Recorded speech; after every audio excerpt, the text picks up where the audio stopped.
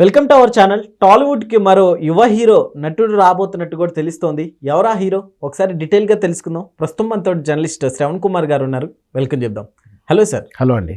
Sir, ఇప్పుడు ఎవరు sir ఆ హీరో? అంటే చాలా ప్రతి ఒక్కరు కూడా ఇంట్రెస్టింగ్గా సెర్చ్ చేస్తున్నట్టు కూడా తెలుస్తోంది. టాలీవుడ్లో కాదు, ఏ ఇండస్ట్రీలో, సినిమా ఇండస్ట్రీలో కానీ, రాజకీయాల్లో కానీ వారసులు రావడం అనేది కామను. మనం తరచూ చాలాసార్లు అంటుంటాం, నాకు సినిమా పరిశ్రమలో ఎవరైతే అండదండలు లేకుండా వచ్చాము, గొప్పగా సక్సెస్ సాధించాము అనేటోళ్ళు కూడా ఉన్నారు. దానికి బెస్ట్ ఎగ్జాంపుల్ రవితేజ తీసుకోవచ్చు, కన్నడ స్టార్ యాష్ కానీ, ఇప్పుడు చిరంజీవి గారి విషయంలో తీసుకున్న అండదండలు లేకుండా వచ్చి స్వయం కృషితో ఎదిగాము కూడా చెప్తూ ఉంటారు. కొందరు గోల్డెన్ స్పూన్తో పుడుతూ ఉంటారు. అంటే ఏ నిర్మాత కొడుకో, ఏ ప్రొడ్యూసర్ కొడుకో, ఎవరెవరో వస్తుంటారు. మొదటిసారిగా మాత్రం ఒక మేనేజర్ కొడుకు హీరోగా రావడానికి సర్వంతా సిద్ధమైపోయింది. ట్రైనింగ్ తీసుకోవడం, ఫారెన్కి వెళ్ళి ప్రాక్టీసులు, ట్రైనింగ్ అవ్వడం వచ్చడం జరిగింది. జనరల్గా ఎక్కువ శాతం నిర్మాత కొడుకులో, డైరెక్షన్ కొడుకులో, డిస్ట్రిబ్యూటర్ తరఫున కూడా వచ్చినట్టు వాళ్ళ నితిన్ డిస్ట్రిబ్యూషన్ వాళ్ళ అబ్బాయే. సో ఇట్లా వచ్చినది మొదటిసారిగా మేనేజర్ కొడుకు. ఎవరు మేనేజర్ అంటే ప్రవీణ్ అనే మేనేజర్. సినిమా పరిశ్రమలో చాలామంది తెలుసు, రామ్ చరణ్ యొక్క మేనేజర్. రామ్ చరణ్ మొదటి నుంచి కూడా ఆయన చిత్రాల తాలూకు మొత్తం డేట్స్ అవన్నీ చూసేటువంటి ప్రవీణ్ గారి కుమారుడు హీరోగా వస్తున్నాడు. ఓకే.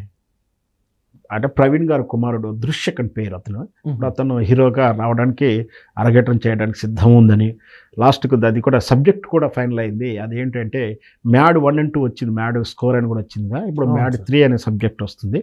సో గతంలో మనకు తెలుసు అది సూపర్ డూపర్ హిట్ అయినట్టు 1 and 2 ఎట్టి విధంగా ఉందో, ఇప్పుడు మ్యాడ్లో హీరోగా రావడానికి సెలెక్ట్ అయినట్టుగా తెలుస్తూ ఉంది. అది త్వరలో అనౌన్స్మెంట్ కూడా రావచ్చే అవకాశాలు ఉన్నాయి.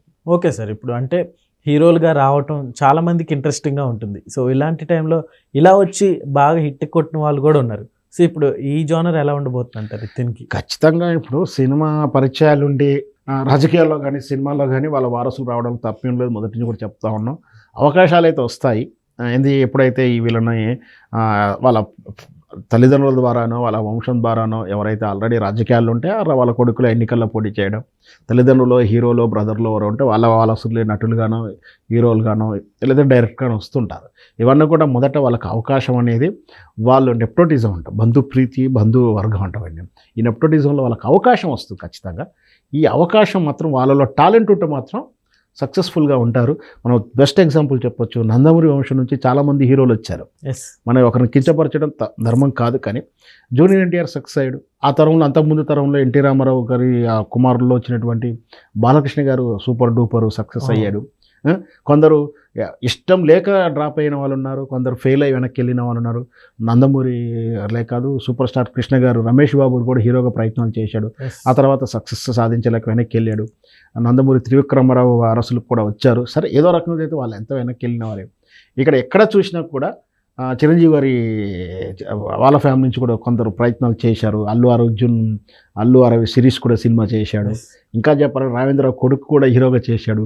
ఎంతోమందిని, ఎంతో జీరో లెవెల్ ఉన్న వాళ్ళని హీరోలుగా చూపిస్తూ రాఘవేంద్రరావు గారు రికార్డు బ్రేకులు చేసి, ఇమేజ్లు క్రియేట్ చేసి, తెలుగు సినిమా బ్రేకులు ఇవిరా, కలెక్షన్లు ఇవిరా అని చెప్పినటువంటి రాఘవేంద్రరావు కొడుకునే హీరోగా చేయడానికి, ఎస్టాబ్లిష్ చేయడానికి విశ్వ ప్రయత్నాలు చేసిన కాలే. అంటే ఇక్కడ ఏంటి నేను చెప్పబోయేది అంటే, అవకాశాలు వస్తాయి, వాళ్ళ వ్యక్తిగతమైనటువంటి టాలెంటు. సరే, సినిమా పరిశ్రమలో అందరూ నమ్ముతారు స్టార్ ఉండాలి, లక్ ఉండాలని. ఆ లక్ కూడా కలిసి వస్తే కొంత జయపజయాలు నిర్ణయించబడతాయి. మరి చెప్పలేం. ఇప్పుడు మేనేజర్ ప్రవీణ్ గారికి ఉన్న రిలేషన్ తోటి అవకాశం అయితే కుమారుడు ఇప్పించుకున్న, అతనిలో టాలెంట్ కానీ, ఆ సినిమా ఫస్ట్ సినిమా తాలూకు కథన, ఆ స్క్రీన్ ప్లే అన్నీ కూడా బాగుండి, ఒక్కొక్కసారి హీరోగా ఫెయిల్ అయినా, మనకు బాగా తెలుసు పవన్ కళ్యాణ్ మొదటి చిత్రం పెద్దగా ఆడలేదు, బట్ ఆయన సినిమాగా ఫెయిల్ అయినా హీరోగా పనికొస్తాడు, హీరోగా కంటెంట్ ఉంది కాబట్టి నెక్స్ట్ సినిమా నుంచి ఆ తర్వాత కెరీర్ ఏ విధంగా పెరిగిందో అందరికి తెలుసు. సో అట్లా ఎలా జరుగుతుందో, ప్రవీణ్ గారి అబ్బాయి దృశ్యకి ఎలా ఉండబోతుంది అని మరి ఆ సినిమా రిలీజ్ అయినా మనం ఎలా చూడగలుగుతాం. సార్, ఇక్కడ పవర్ స్టార్ అంటే రామ్ చరణ్ గారి మేనేజర్ అని విన్నాం కదా, అంటే ఇప్పుడు వీళ్ళ సపోర్ట్ ఏమైనా ఉంటుందని? ఖచ్చితంగా ఉంటుంది. రేపు ఆడియో ఫంక్షన్లో, ప్రీ రిలీజ్ ఈవెంట్లో కానీ, ఒక ఫైనాన్స్ ఇవ్వడం కానీ, ఒక టెక్నీషియన్ పని చేయడంలో కానీ, ఏదైనా బిజినెస్ విషయంలో కానీ, డిస్ట్రిబ్యూటర్ల విషయంలో కానీ, వాళ్ళ పరిచయాలు, ఆ స్నేహాలు పనిచేస్తాయి, భరోసా పనిచేస్తుంది. అన్నిటికన్నా ఎక్కువ రేపు జరగబోయేటి ప్రీ రిలీజ్ ఈవెంట్లు, ఆడియో ఫంక్షన్లో వాళ్ళు వచ్చి ప్రమోట్ చేయడం ఖచ్చితంగా హెల్ప్ అవుతుంది. మోరల్ సపోర్ట్ కూడా దొరుకుతుంది కాబట్టి సినిమాకి హెల్ప్ అవుతుందని చెప్పొచ్చు. Okay sir, thank you.